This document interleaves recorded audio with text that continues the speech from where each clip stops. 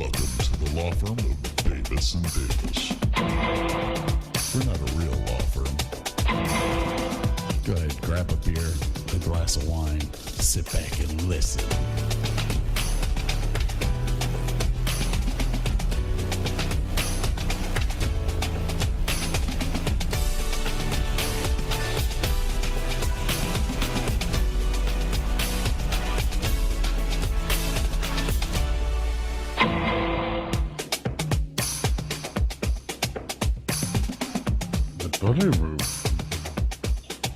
Dude, you got a timer in the window. That's cool. High tech, man. We're professionals now. Or we're actors and play one on TV.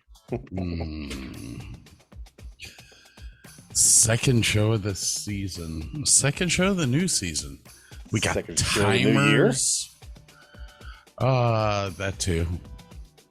Second show of the new year. All right. I'm done with that. My head is just pounding Oh, sorry, man. with enjoyment. And I have all four monitors working right now, so I can never find my mouse. Touchscreen, hit it. Touchscreen, and look, I fixed this. Emotional damage. Beautiful. I love that stuff. Oh, yeah, here. Happy normal. Ah, It was funny because my background is the inside of the TARDIS, and Burke popped in, and the first thing that I saw was the inside of another TARDIS. the inside of another TARDIS. Holy cow, we are so cool. Yeah, we keep telling ourselves that. Yeah, my glasses are all dirty. It's been today is the first day off that I've had in 10 days. Oh, Judas Priest. Yeah. And what did I do all day? Just go ahead. Go ahead. Tell You me. worked at home. Fucked with the air conditioner. What? It died? No, I have one of the smart thermostats, and I hooked it up myself. And you would think, having done lighting for all those years and worked with electrons, you'd be able to do that, right? Well, honestly, it's color coded. The little nubs that you tie the wires into say Y for yellow, B for blue, all that. And I hooked it all up according to the color code. And lo and behold, I popped a fuse every time I went to turn the air conditioner on. It's like something's wrong here. So I went and looked at because I took a picture of the old one before I dismantled it so that I could see how they had the blue wire in the C port instead of the B port, which stands for blue. So I opened up the air conditioner and looked inside, and lo and behold, the blue wire is hooked into the C port. I'm like, I bet you that's why I kept blowing. Hey, I have air conditioning now. Only took me 5 hours to figure that out, but hey. Just absolutely fabulous. Then to top it off, I have been going all over God's creations trying to find Booker's bourbon. I know that I can buy it online for $165 a bottle, and Yeah, no thanks. that's what that bottle's going to cost me here. I know it, but nobody stocks it. Huh. And I have been wanting to try the new Booker's now since we had our bourbon trail at work. And, yeah, that's right. Yeah. And I was like, ooh, I really want to try that. I can't find it anywhere, man. Total Wine. The guy looked at me. He was like, hey, we get a case about every 2 months, and it's sold out in 5 30 minutes. seconds. Yeah. I'm like, geez, why is this so hard? I think I'm having buyer's remorse. What, with your house? Uh-huh. You don't enjoy the silence. You don't enjoy the not having the trash outside your front door, the music playing. I enjoy all those aspects. I don't enjoy a $400,000 note. I've been I swear to God, I'm having heart attacks every night. Yeah, it just, I'm like, I know I've got to get over it. I understand but I'm bleeding money right now. And I mean, it's every time you move into a new place, the initial outlay is a lot more than you think it's going to be. Thankfully my credit's good. So I didn't have to put a deposit on the electricity or the gas, but I'm scared to death because I've never had gas before. I don't know what that's going to cost. And that's a little bothersome. Is it that side? Yeah, that side is. That side, look, half my face keeps going away. Yeah, I noticed that. Maybe I need to slide this over a little. Oh, she's not sliding. Ah, getting dizzy. Oh, I don't think that helped, but I turned my lava lamp on, and hopefully that's going to be enough light. Yeah. So what are you drinking tonight, dude? I took a stab in the dark. Oh, by the way, in reference to last week's bourbon, I think that may be my favorite bourbon for just slightly under $30 that I've ever had.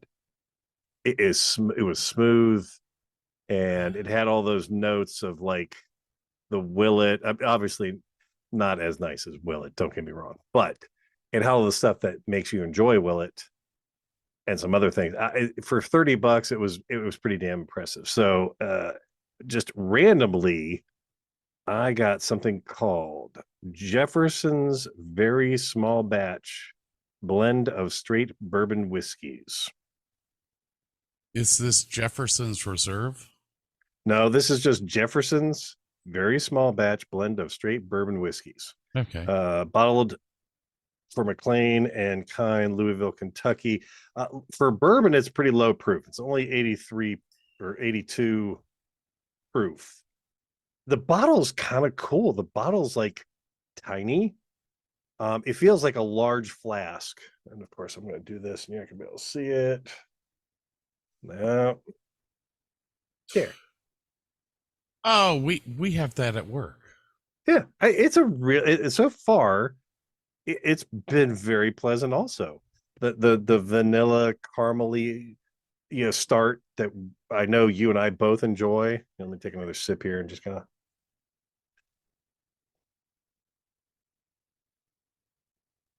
Yeah, I mean, just a very unassuming, not heavy on the oak. No, it's just a really pleasant little bourbon. It's like a little more on the whiskey side than some, but no, I think it's even cheaper than the last stuff I got. I was like, oh, this is pleasantly surprising. It's like refreshing. Golf clap.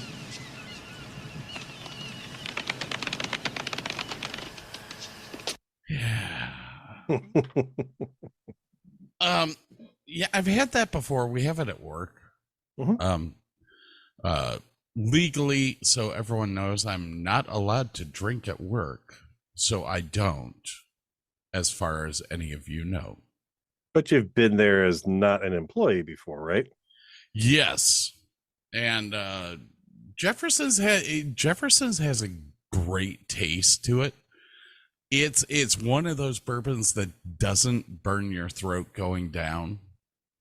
Yeah, I mean, most of the stuff we drink is 90 proof or more, so it's got some pepper and bite to it. This is, this is rum strength. It's just, it's really pleasant. I'm sure it'd mix well with ginger ale. It's fine drinking straight. Oh, by the way, hold on, please. Uh-oh.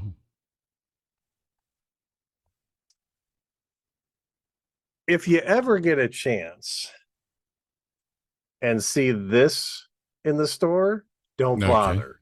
Okay. This is Schweppes Zero Sugar Ginger Ale. I cracked open a can of this and took a swig. I was like, did they put Sprite? What the hell is? And I took another swig. I'm like, where's the flavor? Where's the? I had to pass it off to my wife. I'm like, no, I take that back. I passed it off to my daughter. I said, don't look at the label. Take a sip and tell me what pop do you think this is? And she's like, is it Sprite? I'm like, right, okay. And she looked at the can. I was like, this is ginger ale? I'm like, supposedly, yeah, this is an imitation Sprite drink. There's zero fucking ginger in this stuff. So so I will not. I won't. It's not even a. No, maybe no. It whispers ginger from 100 feet down the hall. Maybe it's just, it's Sprite for all intents and purposes. It's weak Sprite. But it's cold and wet, so whatever. I'm going to drink it. Well, the week, you see, that might actually work for me because I do the pineapple fizzes, and you need Sprite, but which, by the way, for everyone wondering, I am drinking the pineapple fizz again. Oh, good. But this time, oh yeah. Yep, sparkling ice lemon lime to make my little your mixer totties. Why are you inviting me to a raid when I just told you guys I'm doing a podcast?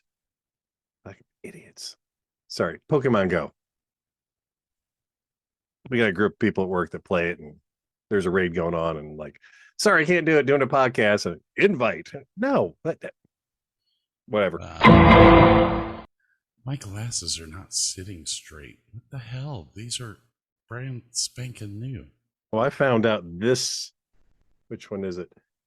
My left one here, the screw is backing out, so I tried to screw it in, and lo and behold, it won't go through both of the holes.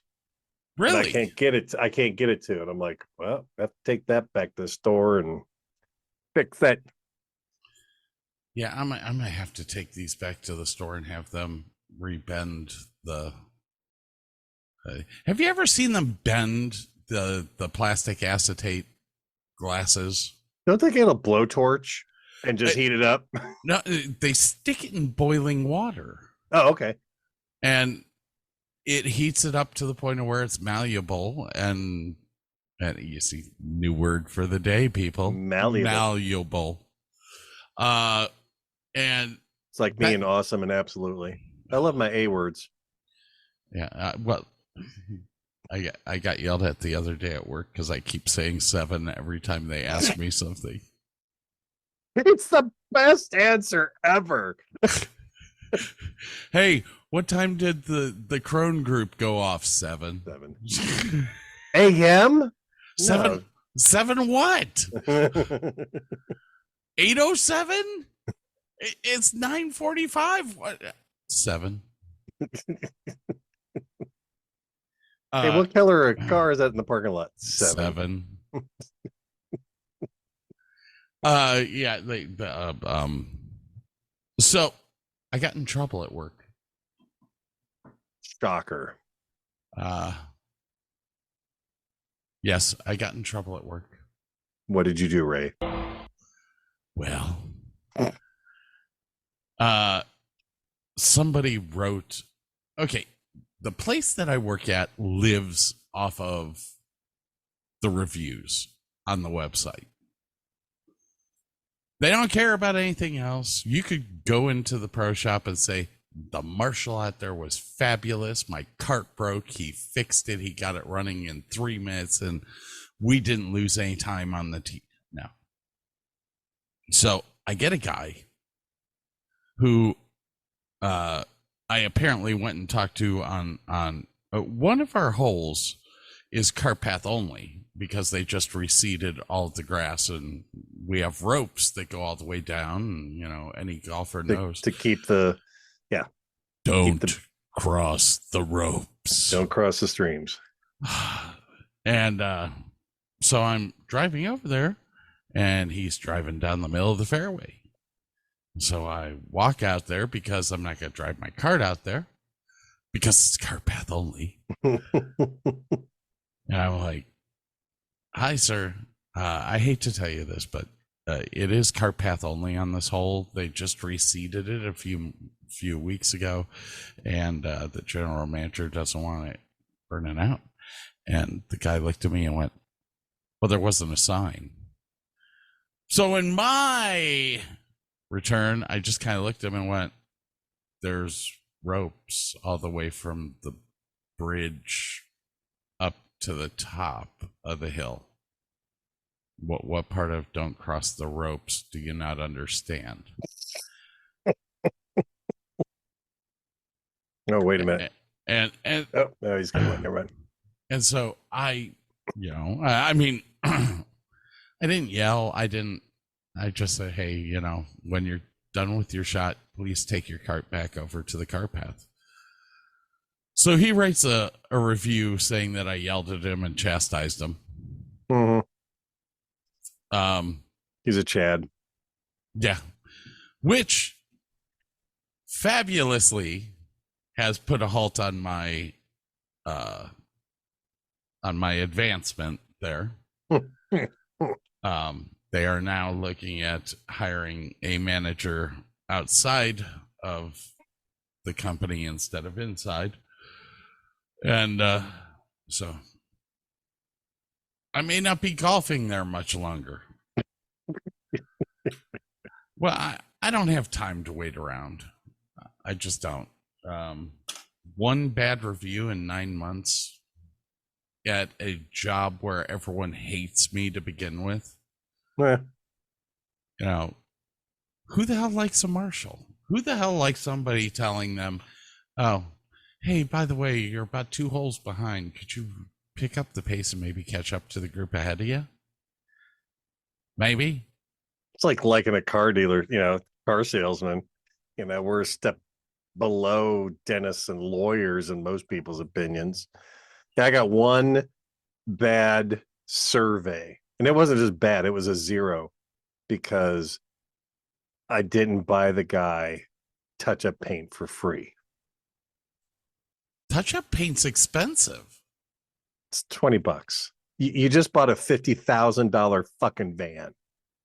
Yeah, I mean it's $20, but well, actually, I have a BMW. Yeah, yours is $50 for a touch-up. My touch-up stick is $50 and covers about half the area. Yeah. So not he didn't give me out of 10, he gave me a fucking 0. Oh God, what a dick. Really? Okay. That's the problem with any of these companies that base everything off of the reviews on the website, is that nobody goes on there to say that you did a good job or you helped them out. They go on there just to be a Chad or a Karen. Yeah. So I don't know. I never based my business when I ran Davis Lighting Designs. I did not base my business off of reviews, because you're gonna have a good show, you're gonna have a bad show. Yeah. Most of the reviews that Davis Lighting Designs got that were bad were bad for specific reasons, kind of like, hey, you didn't pay your bill, so yes, we held the intermission for 45 minutes until you gave me a check. You didn't explain that part on the website, now did you? Yeah. So yeah. I've had a lot of resumes go. You know what? Have you seen this Indeed website? I've heard of it, but I can't remember what it is. Well, if you put your resume up there, people look at it and they send you messages like, "Hey, we'd like you to apply for this job." Now, I've been asked 4 times to take a job out at the DFW airport. Chick-fil-A manager, and I think that was like $60,000 a year at the 4th largest airport in the country. Yeah, no. How many freaking breaks do you think you're gonna get? If you're a manager, you'll be spending 80 hours a week in that fucking joint. Yeah. Would you like to talk to someone who has firsthand knowledge of being a Chick-fil-A manager? Who's that? That would be my wife, Oh, because that was her job at Akron U, and she quit. well, I got asked by another company, Starbucks, $70,000 a year. Guess what store they wanted me to manage? Dallas Fort Worth DFW Airport. I stood in line for 90 minutes for a cup of coffee at that store when I flew to Las Vegas. 90 minutes. Yeah, no. Not going to do it. No. Bob's still bugging me about the food truck. Yeah.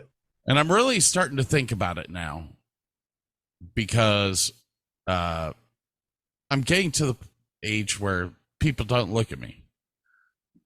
It's kind of like the golf course. I'm 54 years old. They look at me. They say, "Oh, we could get a guy out of freaking college who doesn't know what the hell he's doing, and we can mold him into what we want and not have to pay him as much as we'd have to pay Scott." Because I'm not cheap. Well, depends on what. Some circumstances, you're also easy. Just depends on the circumstances. I might be easy and cheap. And probably then fast also. Yeah. Complete the triangle. Anything happen with you over the week? Oh, I'm sorry, I'm coughing. Hang on. So it was 82 degrees here today. Oh, wow, nice. All I have done is coughed all day. And it finally hit me that I was draining, like just constantly. I went in to go to the bathroom. You know how you squat down to get onto that toilet seat, so you're already, and my head's down, and all of a sudden I just see drips coming out. I'm like, time for some Benadryl. Oh, Benadryl and alcohol. You'll be out like a light soon. Dude, I'm feeling good. I don't know. Did we talk about my birthday last? No, podcast? we didn't. Oh, I had a birthday. Yeah, so everyone knows I forgot to call him on his birthday. I thought you texted me. No, I called you the next day. Oh, okay. That's fine. I was like, dude, I'm so sorry. I forgot. Yeah, my mom didn't even email me. So, well, your mom and dad. My dad did. My dad called me on my birthday at work. So your mom and dad are probably still pissed off about the Christmas thing. Oh, you don't remember the last podcast that we did? You looked at me and said, I forgot to call my mom and dad on Christmas. Oh, yeah. Well, yeah, that's true. Not like they're real religious or anything, but yeah. Well, you know, for some people, Christmas is just Christmas. That's It's a true. holiday. Yeah. Always have to think of the family, especially when they're in Honduras or Roatan or wherever the hell she is. South America somewhere. Yeah, she's bringing fentanyl across the border. No, cocaine. Come on. She's right on the border of Colombia. Fentanyl's cheaper. Yeah, I know. Oh, this coming Sunday, I will be up at the IX Center Oh, that's right. for You the did boat tell me show, and I will be a pirate. He will be dressed as a pirate. We will definitely post pictures of that on the Yes, website. I will get pictures and post it. Yes, I will be promoting Pirate Week and Put-in Bay, which I'm down with that.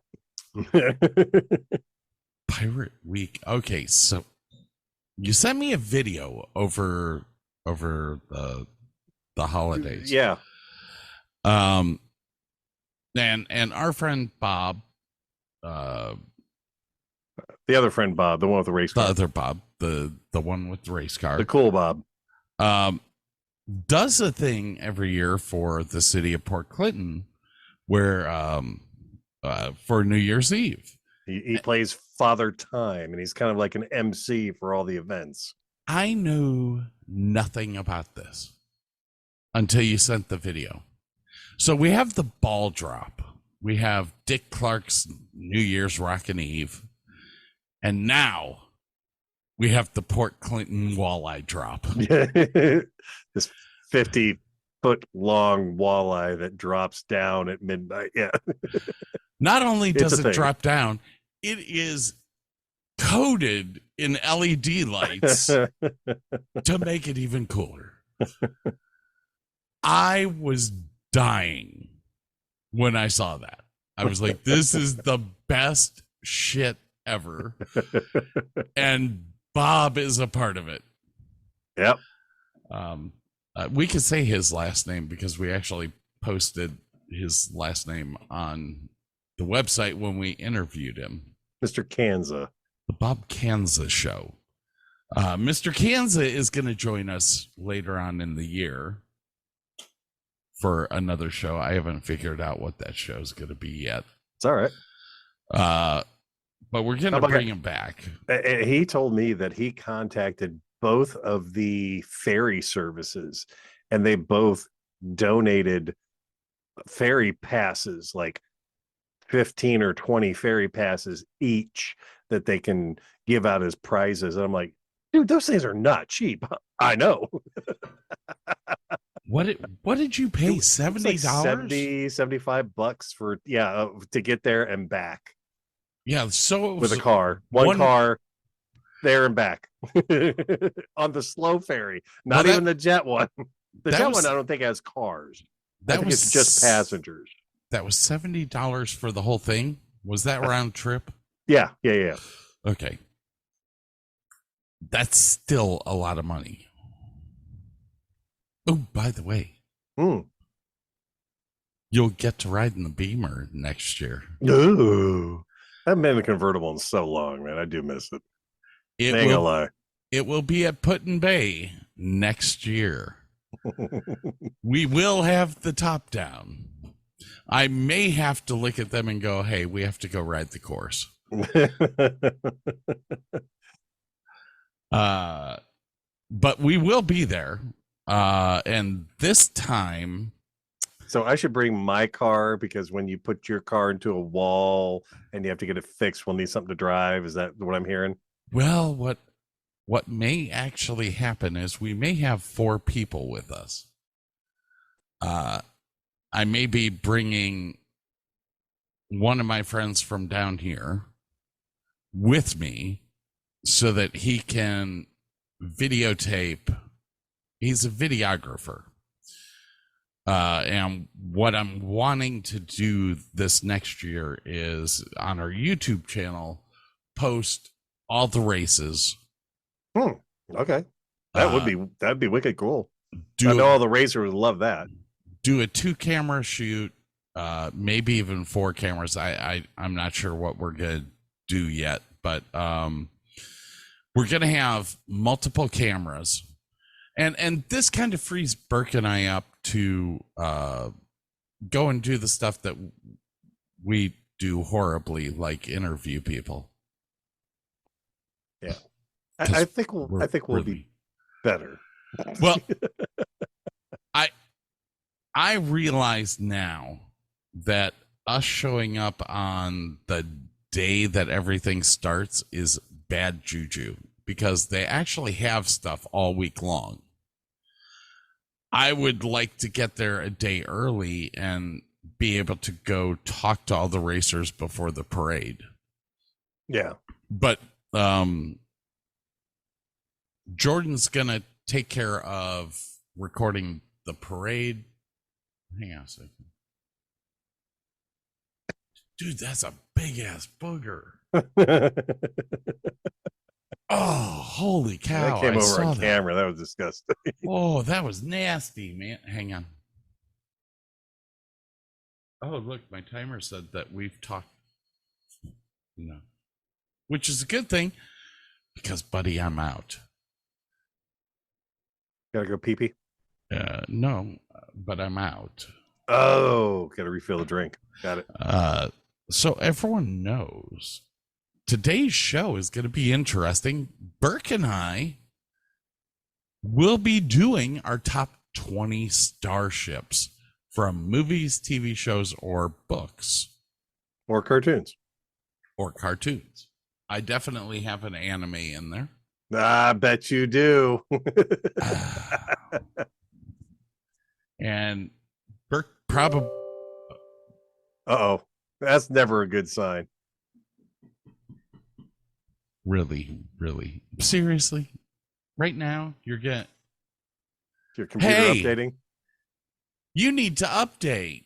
Oh, I know. I got the same thing, but it's like, at least I got my thing turned off so I can do it when I want to.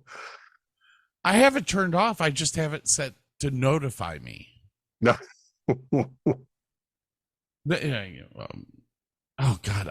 Now, did you upgrade to 11 or are you still on 10? I'm still on 10. Okay. I'm going to hold off until the last minute because I know that half the programs that I have will stop working again. Yeah. And I mean,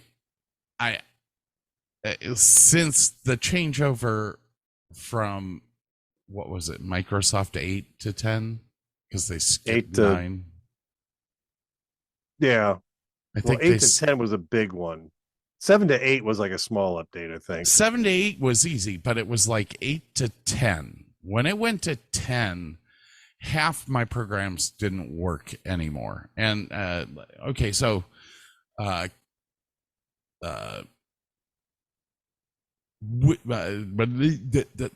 I have a drafting program called Vectorworks. Okay. And Vectorworks, back when I bought it, was $2,700. When I switched from Windows 8 to Windows 10, whatever it was, it no longer worked.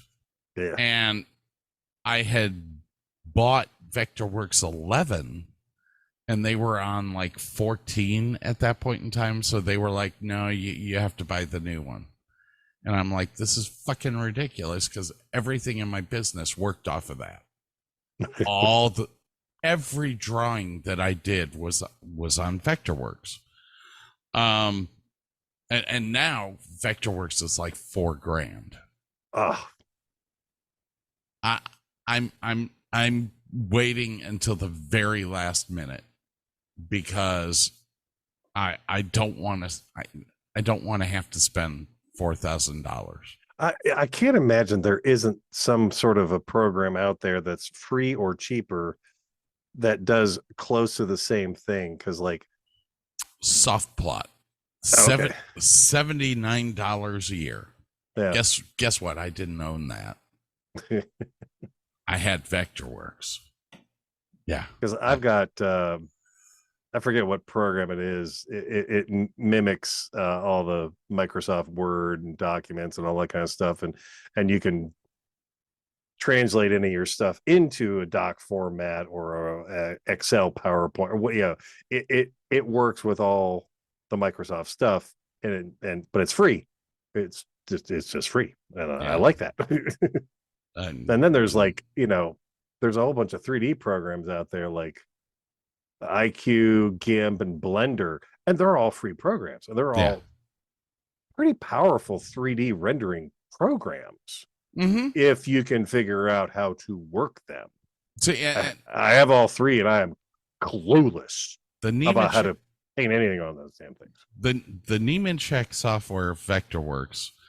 The whole reason why I used it was that's what I've used for years. I know it. I know how to draw in it. I know how to make it work for me. And they actually have it built for lighting.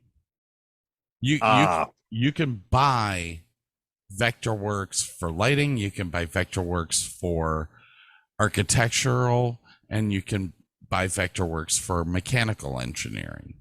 Got it. So it has every symbol for every light that is out in the world right now. I don't have to build new symbols. I don't have to do anything. That's why I've stuck with it. Yeah. But yeah, like I said, we're at a point now where Windows, I think it's 2025 is when they stop the updates for Windows, where they actually force you to move forward with the new platform. Yeah, well. So I don't know. My mouth's getting really dry, dude. Okay, let's wrap this up. Get a little film music there. I sent you music. I really don't care if you use it or not. I just figured it would be fitting for today. So it was some interesting music.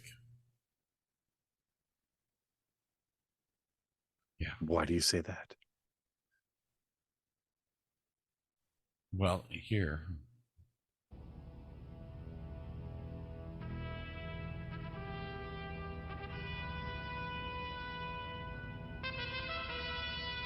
You never watched that show?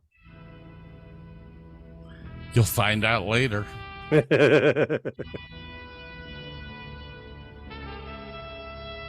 This is one of those things, if you know, you know. Wonderful British comedy.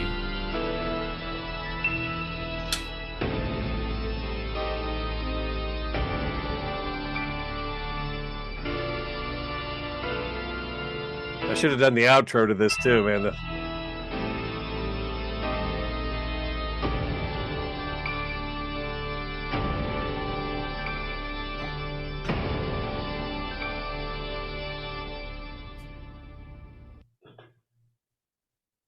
That was boring. Short. It was boring.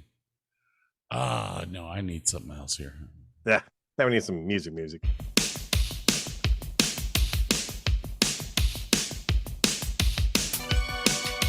All right, kids. We'll see you in a couple minutes. We'll be right back.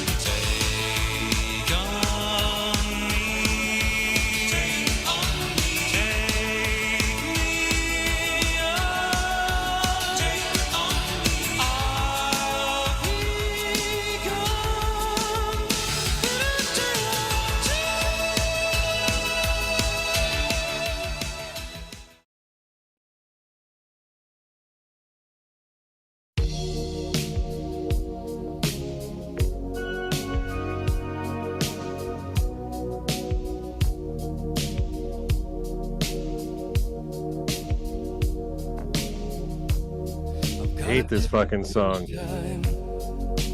Hey, wait, if I talk over it, nobody else will be able to hear it. That's what I'm gonna do. I'm gonna talk over this entire song. 3 minutes? Yeah, I can do it, man. Feel like a filibuster? Yeah, I'm all over this shit, man. I don't have to listen to it if I just talk loud enough. Yep, yeah, we're gonna talk all over this stuff. It doesn't matter what I'm saying. I'm gonna keep talking about it. That doesn't matter. Thank you. I'll take this. It's fine.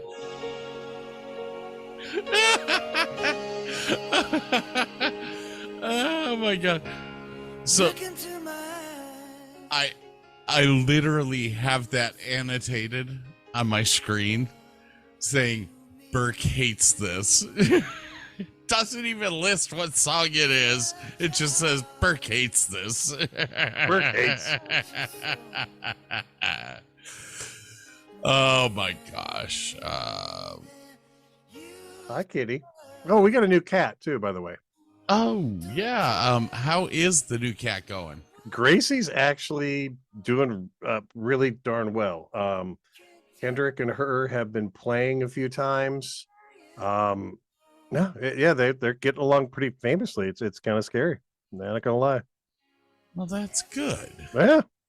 Um, There's a lot of hissing and spitting at the beginning there, but it was only like a day or two, and then they were like, "Okay, okay." It's Kendrick, Kendrick, and Gracie. my buddy, Kendrick. He hates me. He hates everybody. He's like you. He hates everybody. I was just about to say something too. Good thing we're having a podcast then. I don't know. Oh. Next door neighbor. No, yeah. Cool dude with all the tools. Yep. Lift to pick up. Nice guy. Very nice guy. He has an outdoor shower in his backyard. To shower in. Like, does he have a pool? I haven't seen that part yet. The only reason that I saw the outdoor shower is that it was leaking today and my entire driveway was full of water. Which means you're getting your lawn watered for free. Well, in a way, half of my lawn kind of floated down the driveway. I stepped in it in my slippers. That was really nice. Ew. Yeesh. Was it moist? It was moist. So I was like, okay, well, we'll have to deal with that now. I'm hoping this outdoor shower is just to cool off in the summertime and not like be the shower that he gets naked and showers with because his wife is using the other shower. Oh God, why did you have to ruin everything? Oh, I can't. Oh, no. And you got that image in your head and you can never get it out. Oh, such a bad image. They hang to his knees, for God's sakes. So I moved in on the 29th. Everyone knows that. Well, actually, I hope they know that. I moved in on the 29th.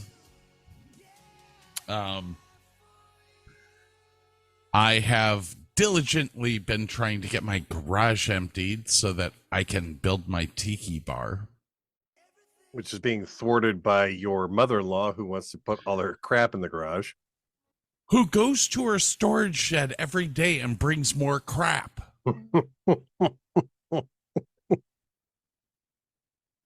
I'm like, we don't have the room for all this stuff.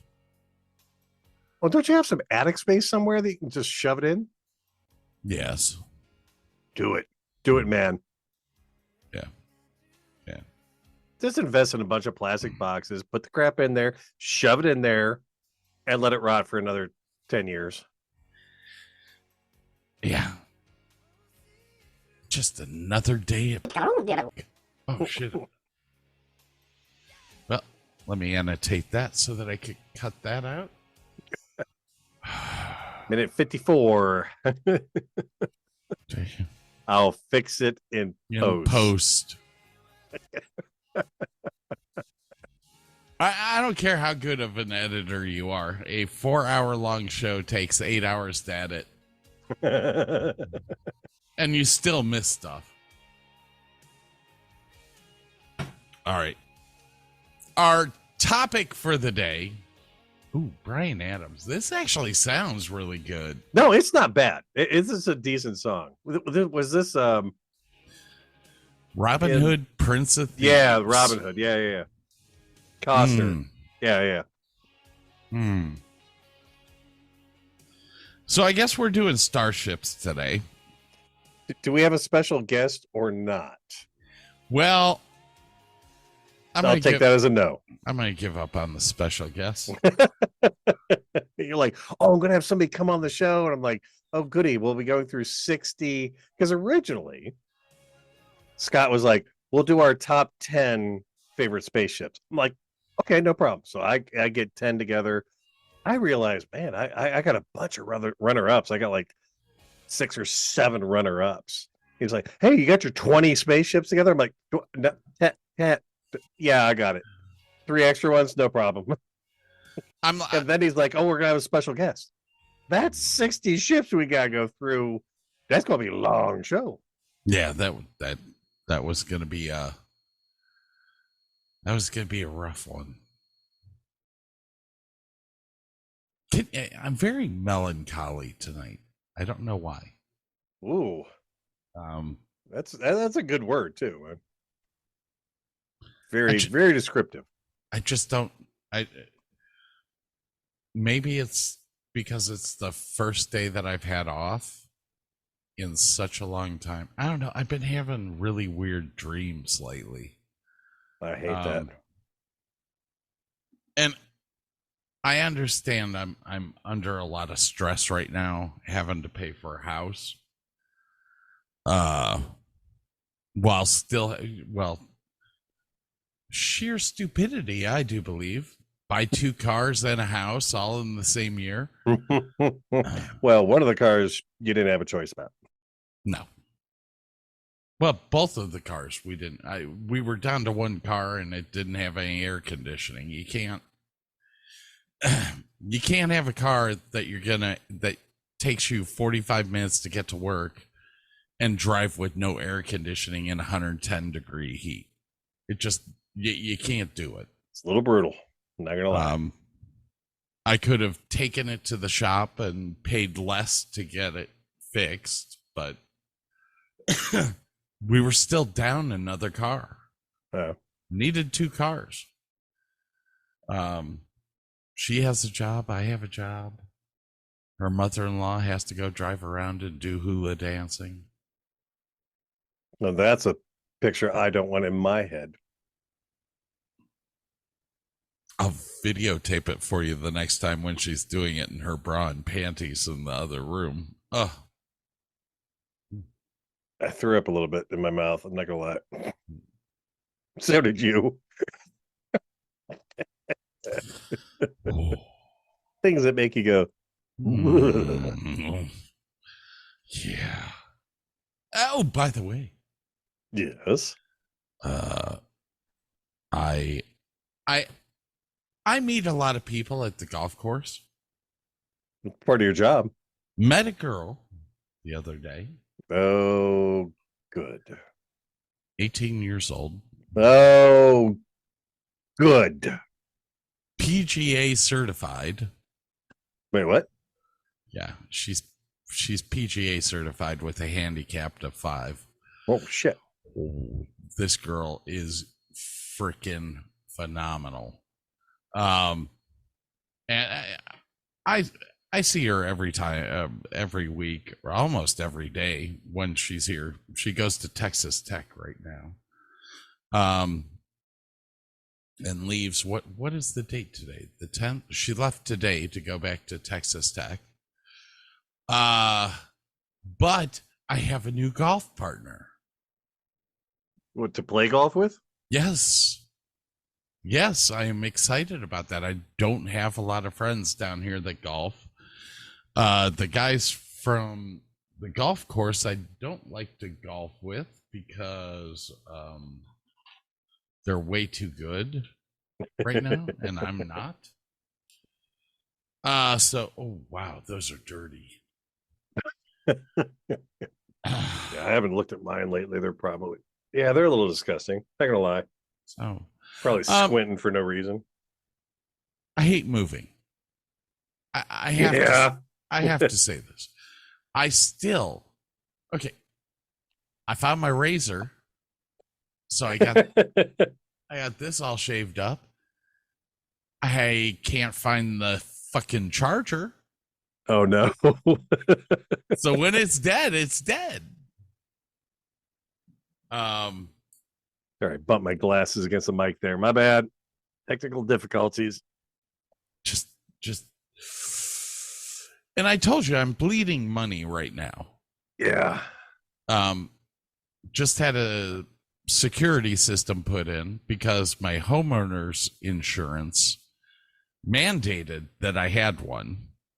Otherwise, they were going to charge me $500 more a year, which doesn't sound like a lot of money, but my mortgage company sat and said, well, your homeowner's insurance can only cost this much. Yeah, that's right.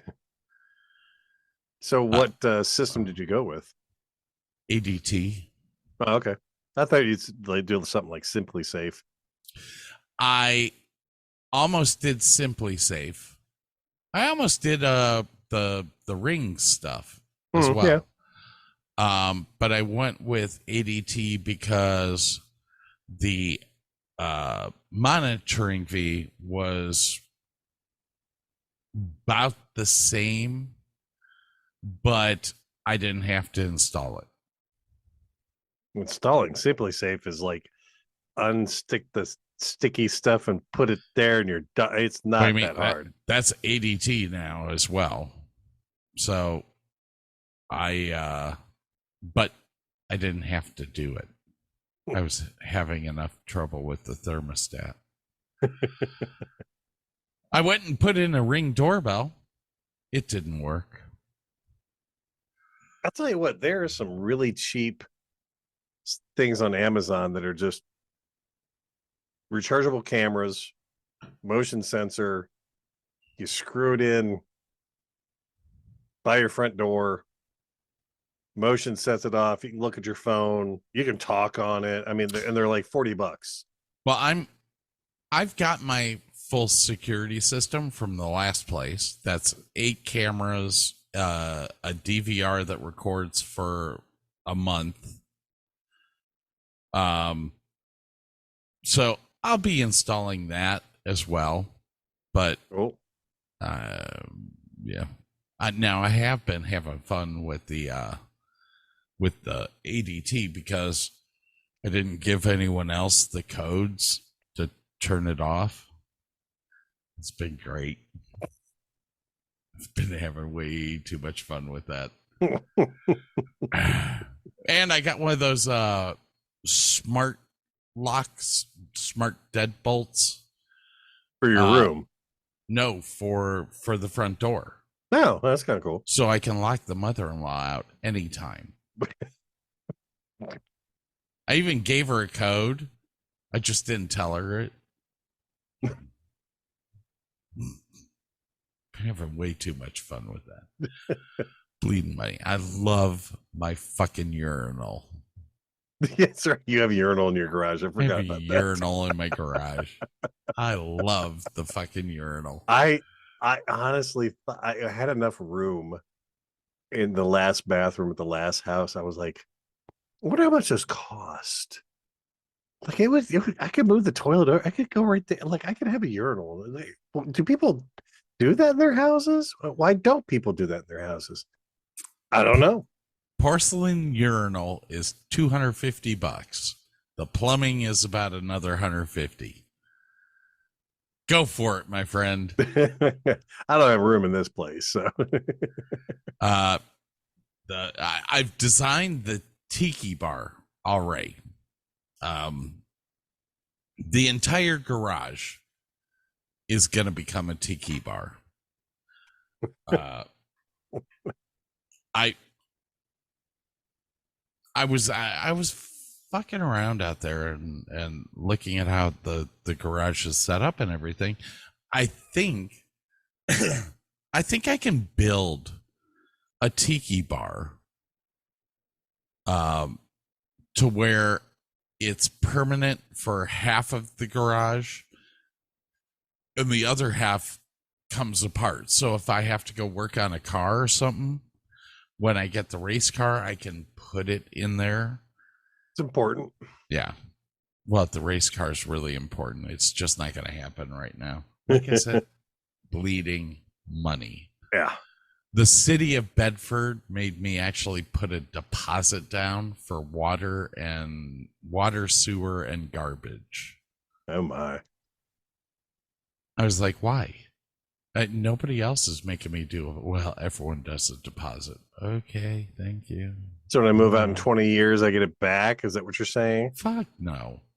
You don't get shit back. Well, that's not a deposit now, is it? What the lady said is that the deposit will go if you move out of the city or you move out, the deposit goes to pay off your last month's bills. Oh, well, okay. Then technically, yes, it is a deposit. Yeah. All right. You're paying a month forward.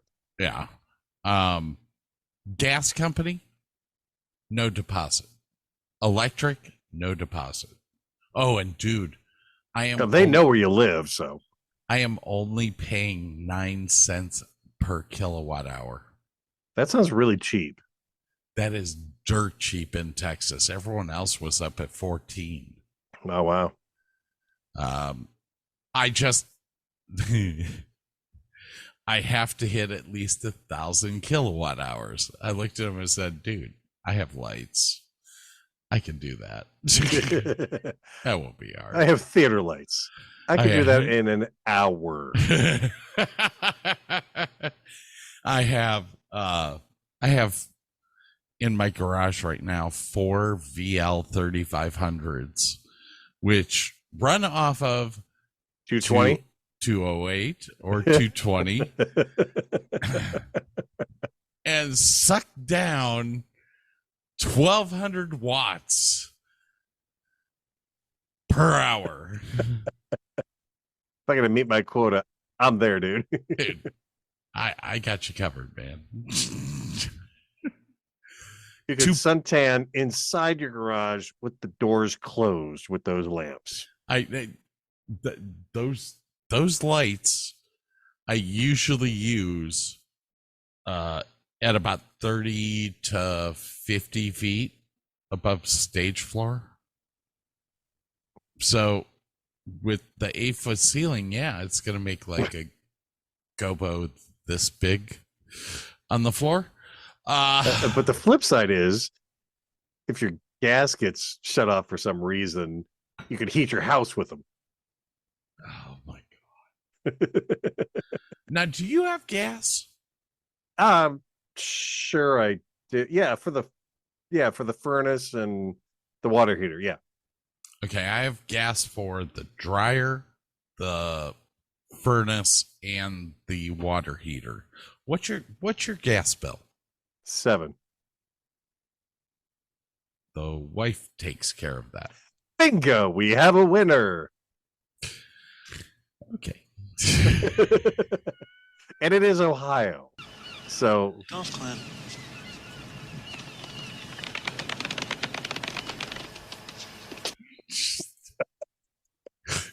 I make my wife do everything. Damn it.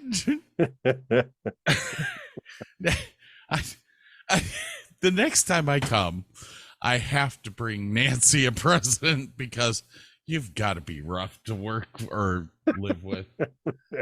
Oh, I'm sure you're a breeze. I told you I've been having bad dreams. And Yeah.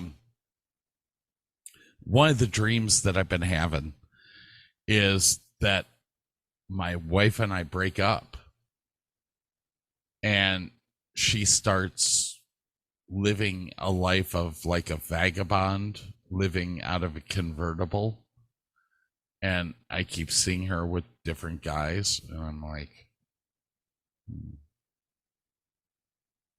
did I really lose out? They said it was a bad dream. Wait a minute. Sorry. Sorry, Smitty Jr. Didn't mean it.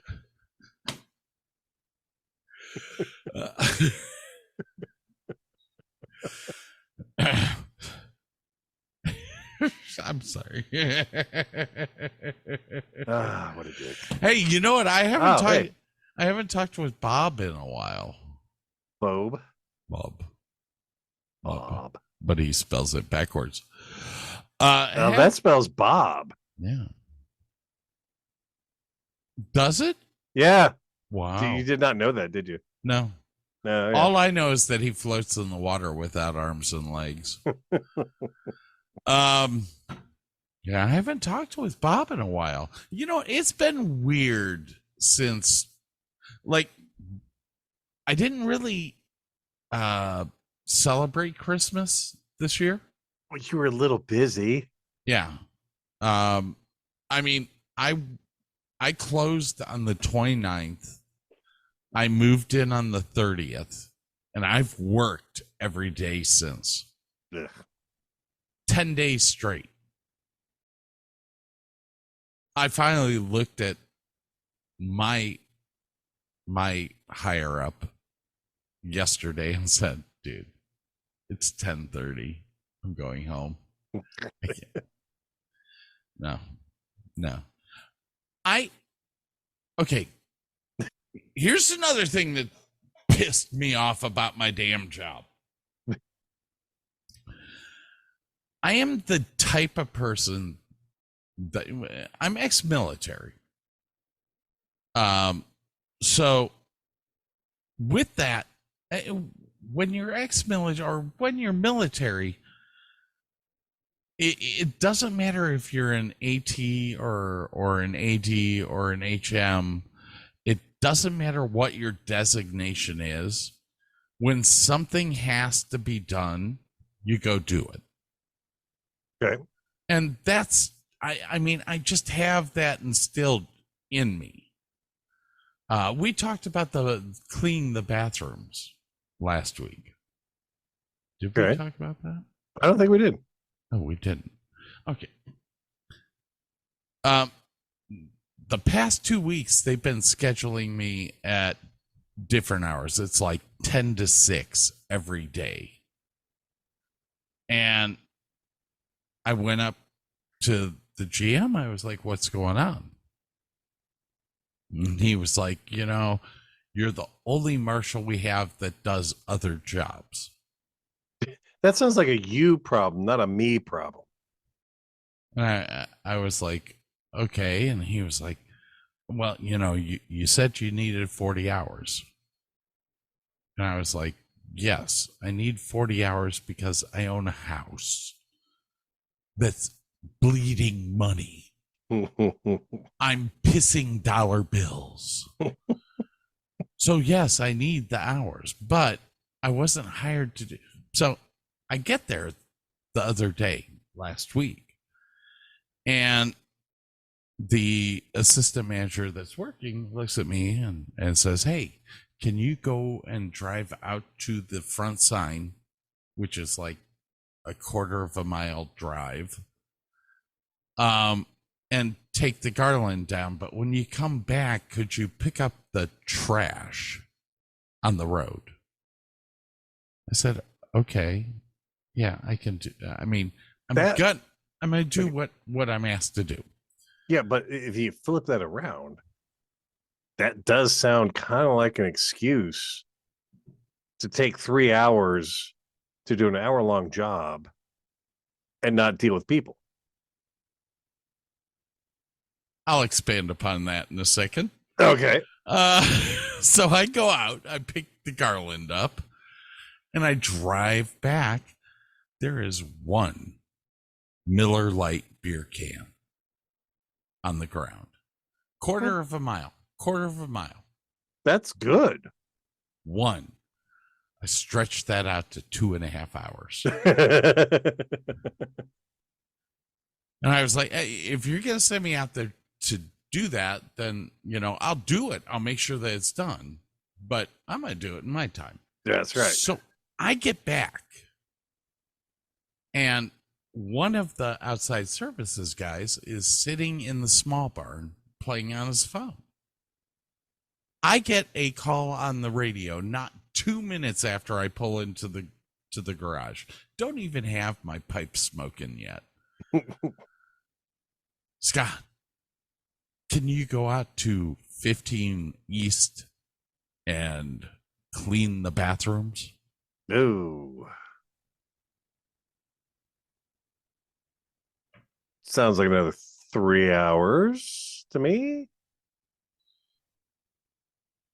Let me think about this. There's an 18-year-old outside services guy who's been sitting on his phone for the past 2 hours playing games. And you're busting my balls to go out and fix something else. Now, if I was you, I would have grabbed the kid and go, hey, come with me. We're going to do some stuff. I just sent you something. Do you have your cell phone near you? I do. It's turned on to, let's see, probably didn't. No, that's not it. Oh, there we go. There we go.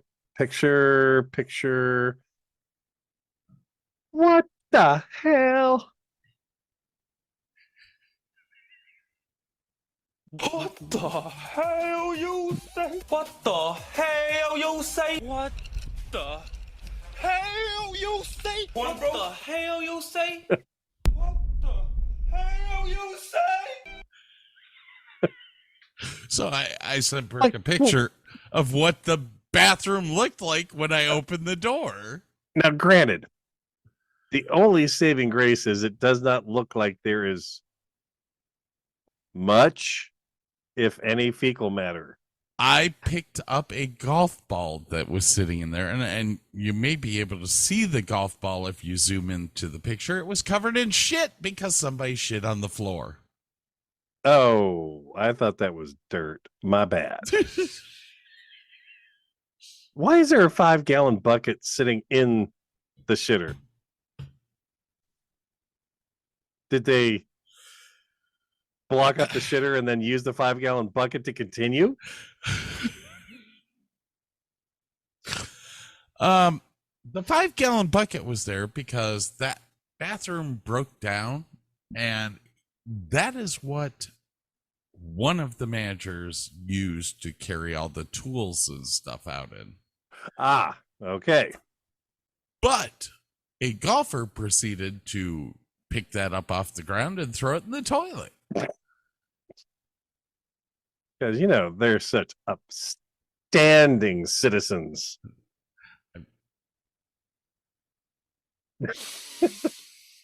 Here, let me I think I need a promotion. give me just one moment. I will be right back. Uh-oh. Where are you going? I'm gonna grab the kitty and show you. She hates being picked up. It's gonna be quick, but I gotta show you the kitty. Okay. Give me a second. All right. Oh, you didn't record that? No. Oh, okay. That was Gracie. I She's will sweetie. say this. Gracie is a cat that is called a Prussian Blue. Oh, okay.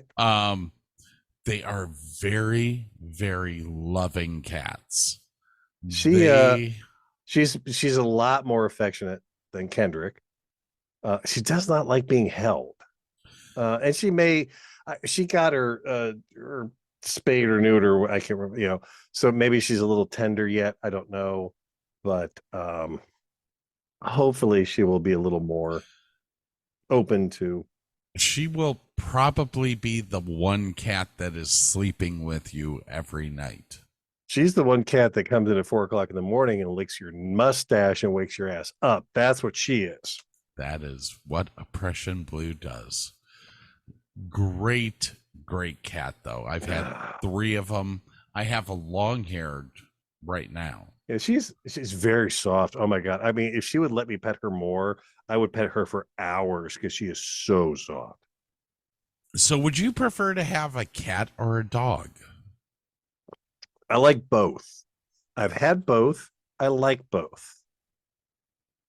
dogs are much more labor intensive. You've got to be home for them. Yeah. But and they're so stupid. They're lovable because they're so stupid. They're like, and they're just unconditional love most of the time for you. They're like, you were gone for 5 minutes. Where were you? I missed you. I love you. I love you. You know, I mean, they're hell, man? What the hell? dumbasses.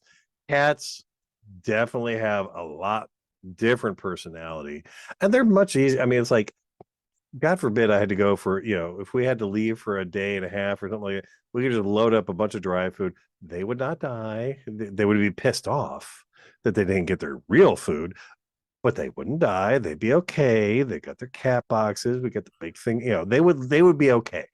So they're much more independent and adaptable. I like them both. I actually went and bought an automatic feeder system, and it holds 5 pounds of food. Ooh, nice. So if we ever went out of town, I would be able to just set that up, and it would automatically feed them at 6 in.the.morning and 5 in.the.afternoon, and it would go for 5 days. Nice. 5 to 7 days. So, yeah, that's gonna. You like that background, don't you? I do. I downloaded a bunch. That's like Dr. No, isn't it? No.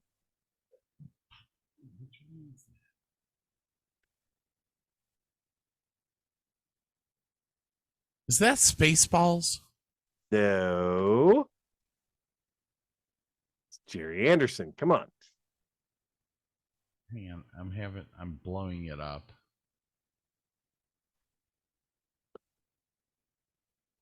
I don't know what that is. That's the first season of Space 1999. That's the command center. Oh, okay. And I think this is actually a digital recreation, if I'm not mistaken. Ooh, it's very good. That is good. Mm-hmm. We got to get into Starships today, but need to let you know, I'll be in Ohio in October, September. Okay. And that for the race? Yes. Okay. And we started talking about this earlier. I'm bringing some people with us. I'm reserving 2 hotel rooms. It'll be you and I in one, and the other 2 can play with themselves. Now, if they're anything like your Zoom guests, they probably won't show, but we'll worry about that then. Kind of like No Show Sam, who's in his 10th day of hell.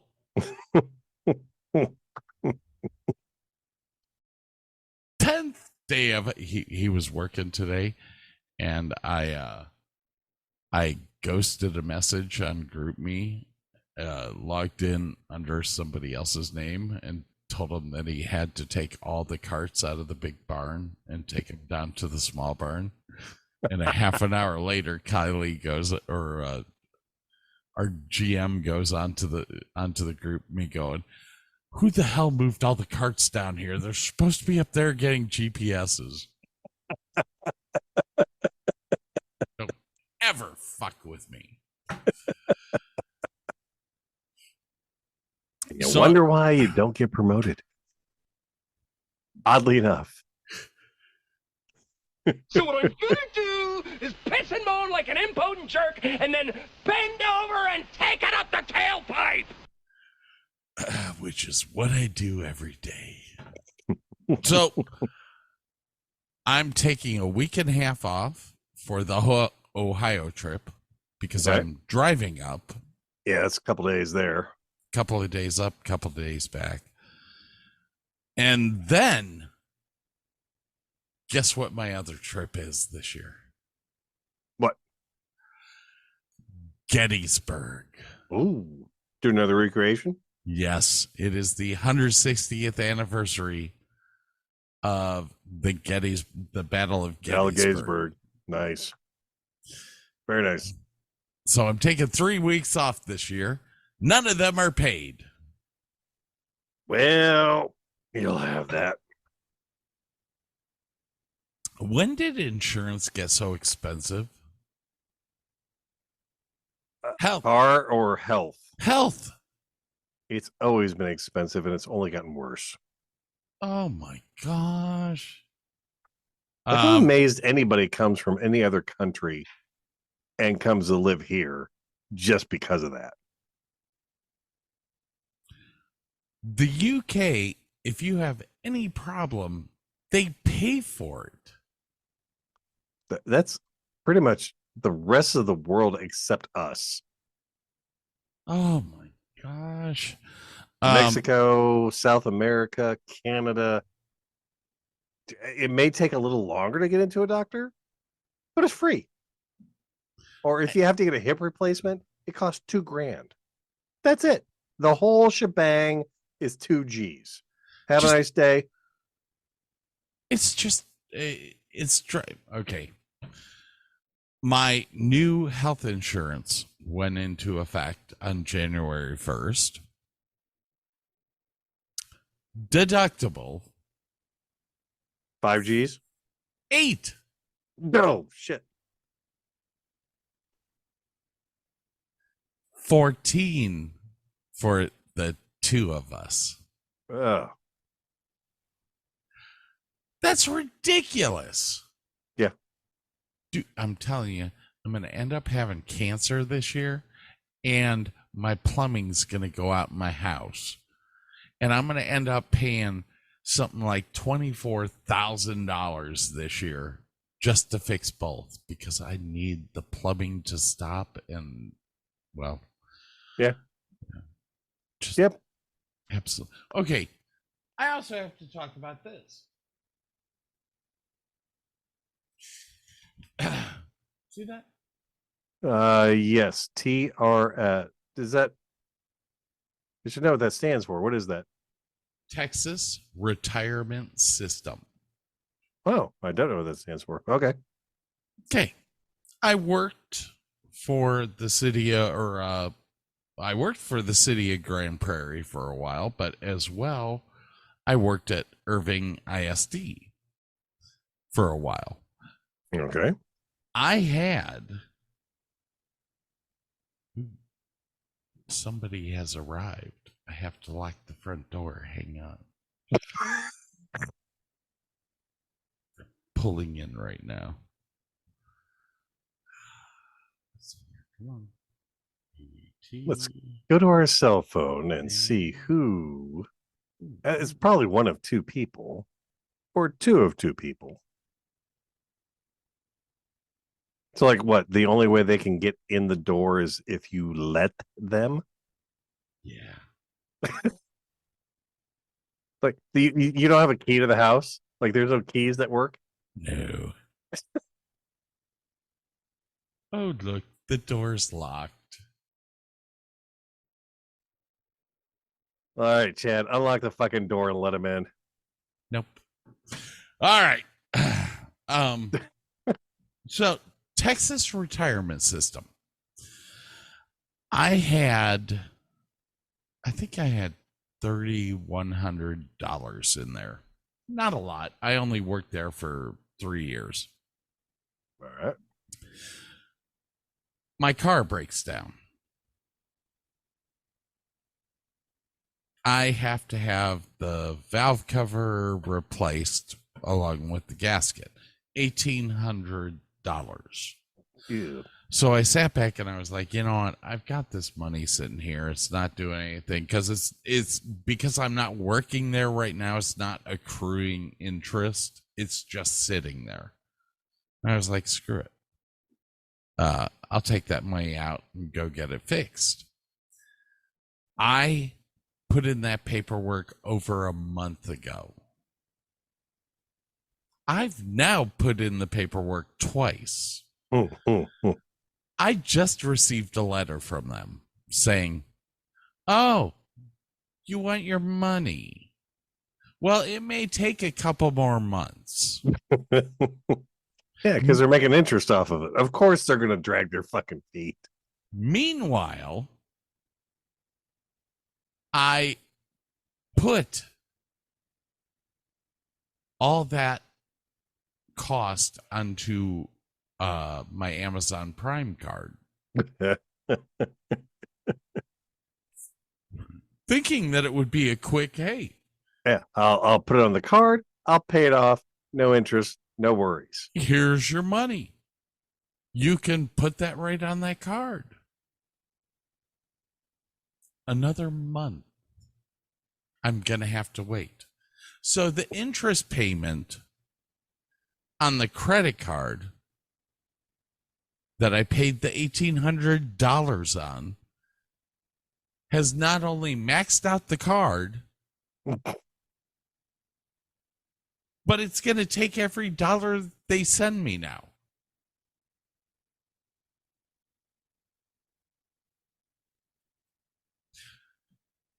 At some point in time, the world has to turn around and start going in my direction. I know it's coming. Right along with the 2 cherry trees that are about to fall on my house because they're half dead. Yes, wild cherry trees are just awesome. They are the I can't say the politically incorrect term on the air. For what wild cherry trees are. Can you explain to me how it costs $1,000 to have 2 trees cut down? That's it? That's just to cut them down. That's not pulling the stumps out. Oh, I know. No, that's actually pretty cheap. I've had enough. If anyone wants a house in Bedford, Texas, come on down. I'm ready to sell for a profit. Selling it for $900,000. A bargain at twice the price, baby.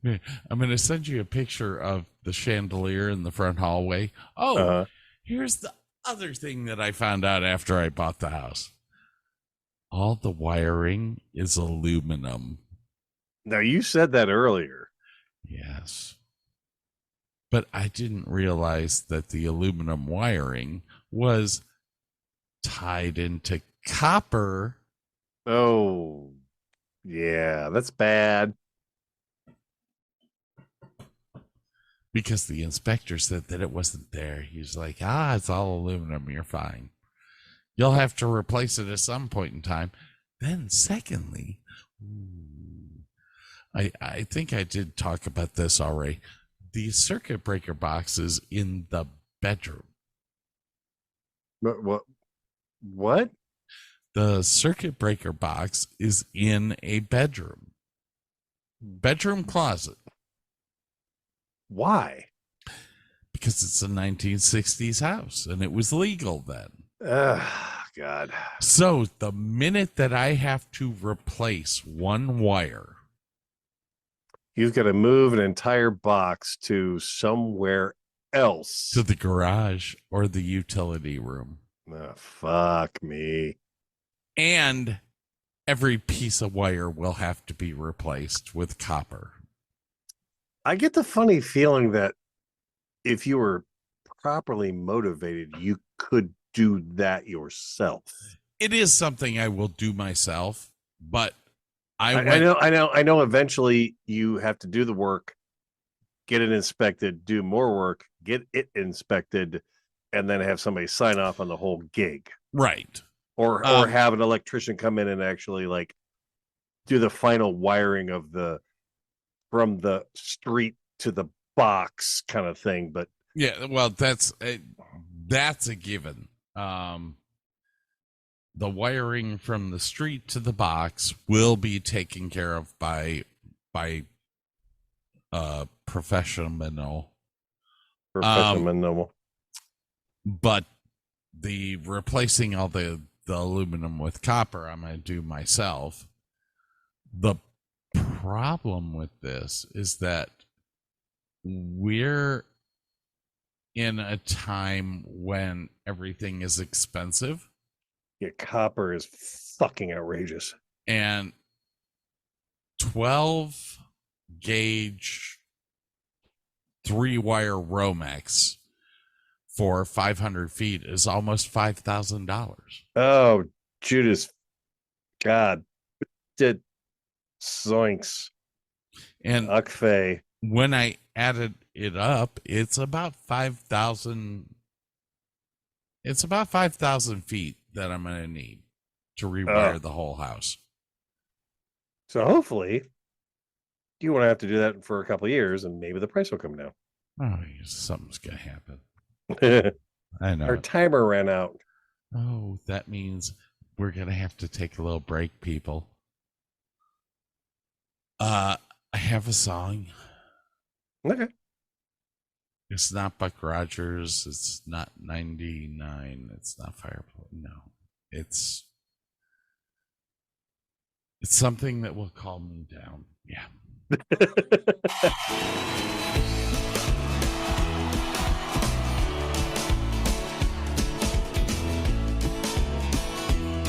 This was played at work the other day. It was awesome. I got a blue and red Adidas bag and a humongous binder. I'm trying my best not to look like a minor niner. For the football team to prove that I'm a man. I guess I shouldn't tell them that I like Duran. This is me in grade 9, baby. This is me in grade 9. This is me in grade 9, baby. This is me in grade 9. If I had $1 million, I wouldn't have aluminum wiring. He would have copper wire. if I had $1 million, All right, ladies and gentlemen, I'm heading out to the garage to use the urinal. Have fun with that. We'll be If I back. had $1 million, if I had $1 million, well, I'd buy you a cake car, a nice reliant automobile. And if I had $1 million, I'd buy you love.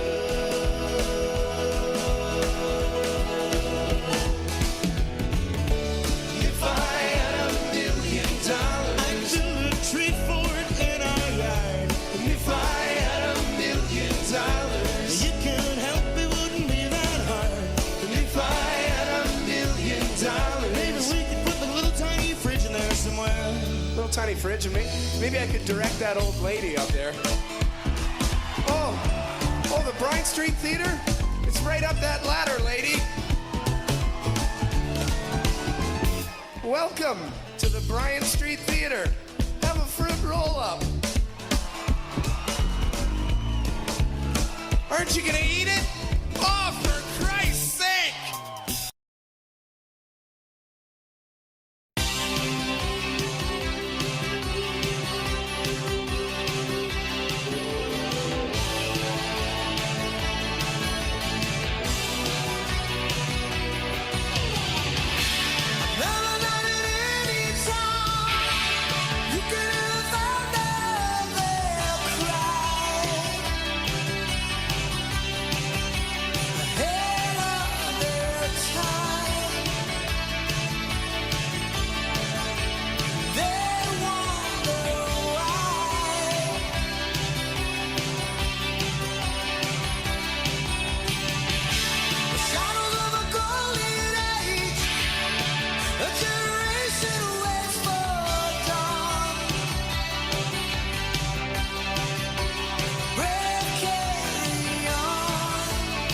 Just so you know,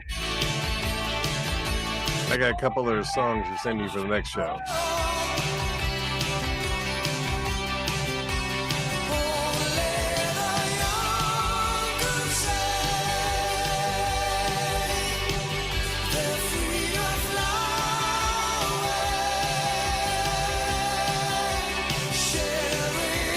One's a Cleveland band that you'll probably have forgotten about.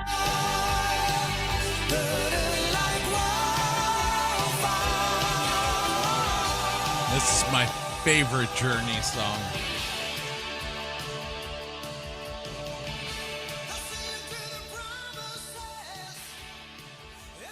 He just had a voice. Yeah. Oh, I don't know. Wheels in the Sky I like too. Oh, Are You Feeling That Way Too is one of my favorites. yeah. All right, we're back. And ladies and gentlemen, we have a great show for you. Maybe, finally. We might do it. I don't know. Yeah, well, we could ramble on for another 2 hours. I enjoy just talking. We know, Scott. We know. Let's see here. Gotcha. Ooh. Can you read that? The Davis and Davis Show. Top 20 starships from movies, TV shows, and books. Yes. I don't know why I picked 20. It was 10, and then it moved to 20. Well, I mean, I had 17, so 20 seemed like a natural progression. So, Yeah. The list just kept getting bigger. yeah, I know. It was like, I can't do just 10, man. It was like the James Bond themes. Like, it was supposed to be 5. Oh, that moved to 10 real fast. It was funny when I was doing my PowerPoint for this. I noticed that the first 12 starships that I did, I have tons of information on. The last, I was sitting there going, with 3 of us, this is gonna be so fucking long. Yeah. So I started cutting it out. But anyways, yes, today, ladies and gentlemen, it is the Davis and Davis Show's top 20 starships. We're going to rank our favorite starships from movies, books, and TV shows. And anime/cartoons. And cartoons. So I guess we should just jump right into this and get it going. Let's do this thing, man. Let's see here. Would you like to start, sir? I am gonna start.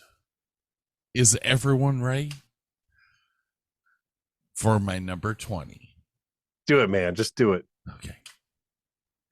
Number 20, the Jupiter 2. From the original. In space from the original show. Starring Guy Williams as John Robinson. June Lockhart. I mean, I love her. Maureen Robinson. My favorite character on the whole show, Jonathan Harris as Dr. Zachary Smith. Now, in the first season, he came off as really evil. When it turned to color, Yes. he turned into a wuss. It